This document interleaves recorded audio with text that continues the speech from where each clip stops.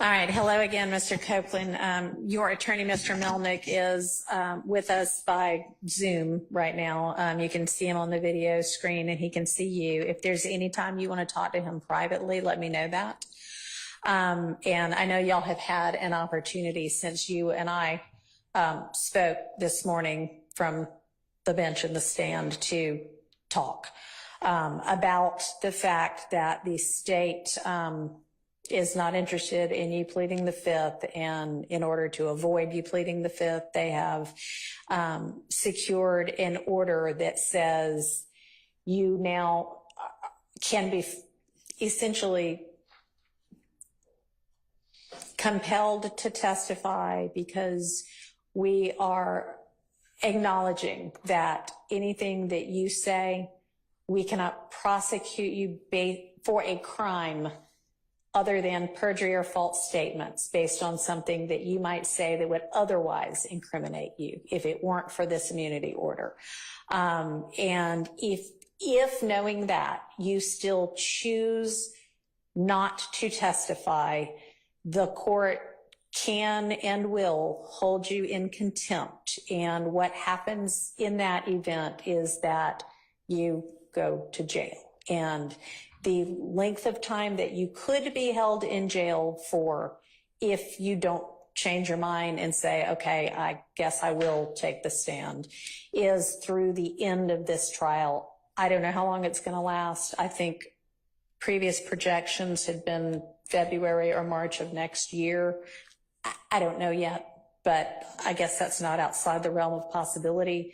But it would only be through the end of this trial. It would not be through the end of whomever else might be severed from this case and tried later.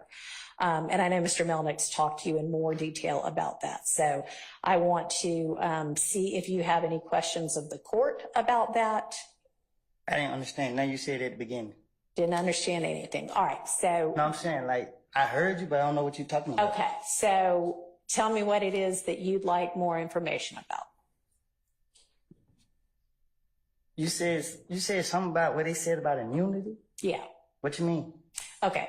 Does anybody, I think I've got the order. Mr. Melnick, have you reviewed the immunity order with him? Oh, you saying it's the same from last time? Hang on a second. Yeah. The same one as last time. Yeah. This one.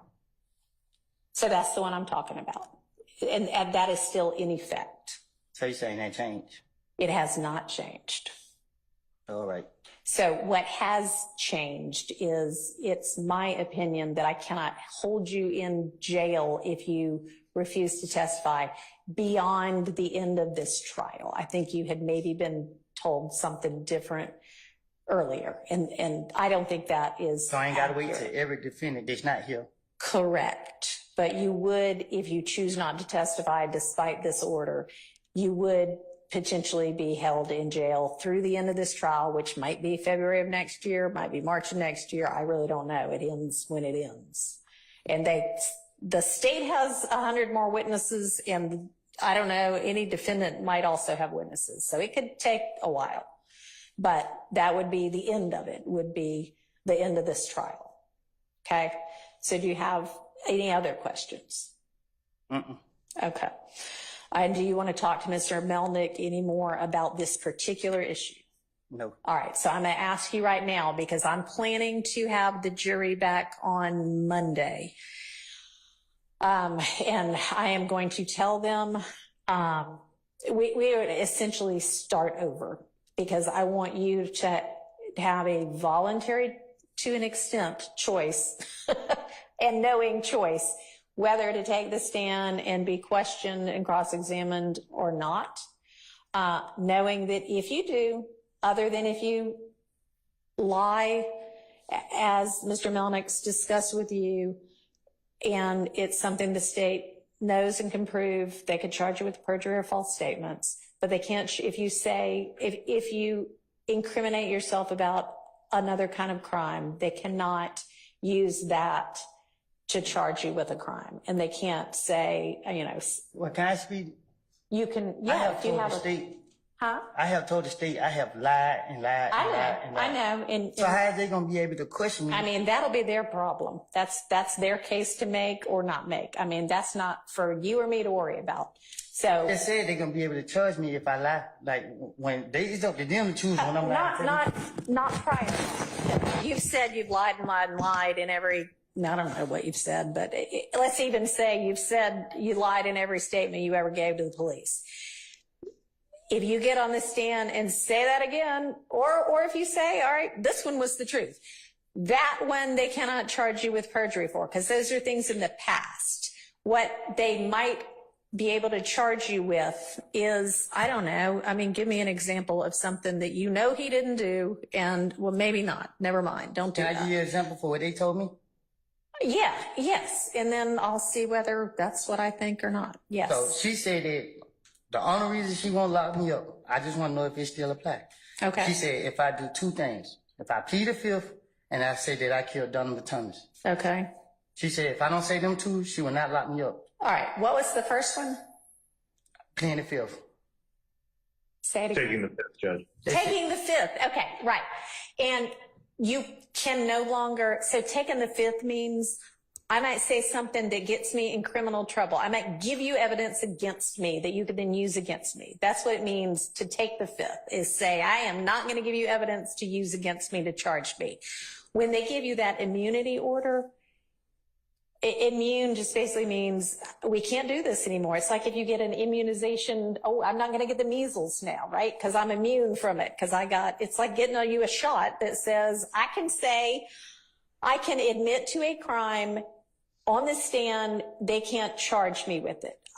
They have said you no longer have a privilege against self-incrimination because we have committed to not being able to prosecute you, not being able to bring criminal charges against you because of what you say. We cannot take that evidence and use it against you. We can't take that evidence. If you say, well, I committed some crime. Here's what I committed it with. I buried it in the yard. They can't go dig it up in the yard and then say, well, we've got this. They can't use any of that. So that's why taking the fifth at this point would get you in trouble. Being held in contempt is what we So what if they don't have formally call it. they facts together? Like they saying something that they don't know what they're talking about, and then they ask me about it. They can ask you about anything they want to. If in your answer you admit to a crime,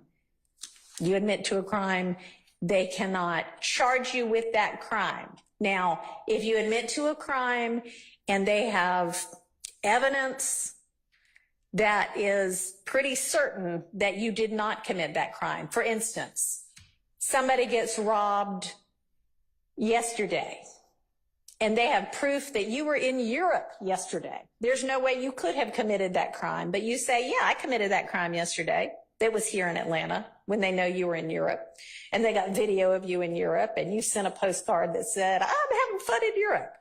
That would be proof that you're lying. And so that they could charge you with perjury for, okay? Or false statements for. Okay. Okay? So what I want to know from you is when we have the jury back on Monday and you're still under subpoena, so you're still obligated to come, and I'm asking you now, when they're like, all right, we're calling Kenneth Copeland, are you going to say, okay, ask me what you want to ask me. I'll tell you whatever I'm going to tell you. Or are you going to say, nope, I don't care if you throw me in jail. I'm not saying a word. I am not getting on the stand. It depends on how I wake up. Okay. All right. Well, then we will just revisit it on Monday morning. So plan to be here at 8:45 on Monday morning. You're free to go for now.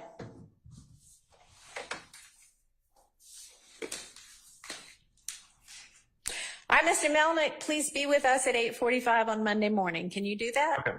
Thank I'm you. on a trial calendar with Judge Barwick, but I'll notify her what's going on. All right. Thank you. Appreciate it.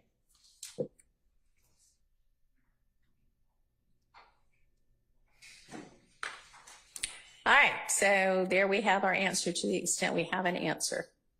We will revisit this on Monday morning which is, by the way, when I plan to have the jury back. And we at least, I have some degree of confidence that he understands what his choices are and what his consequences are. Okay, back to Mr. Zachary's testimony. Everybody good? I mean, I know we just took a break. Anybody need a break before we dive back in again? Yes, all right. I didn't take a break before, so I could use one now. Let's take 10 minutes. Be back at 5 after 3.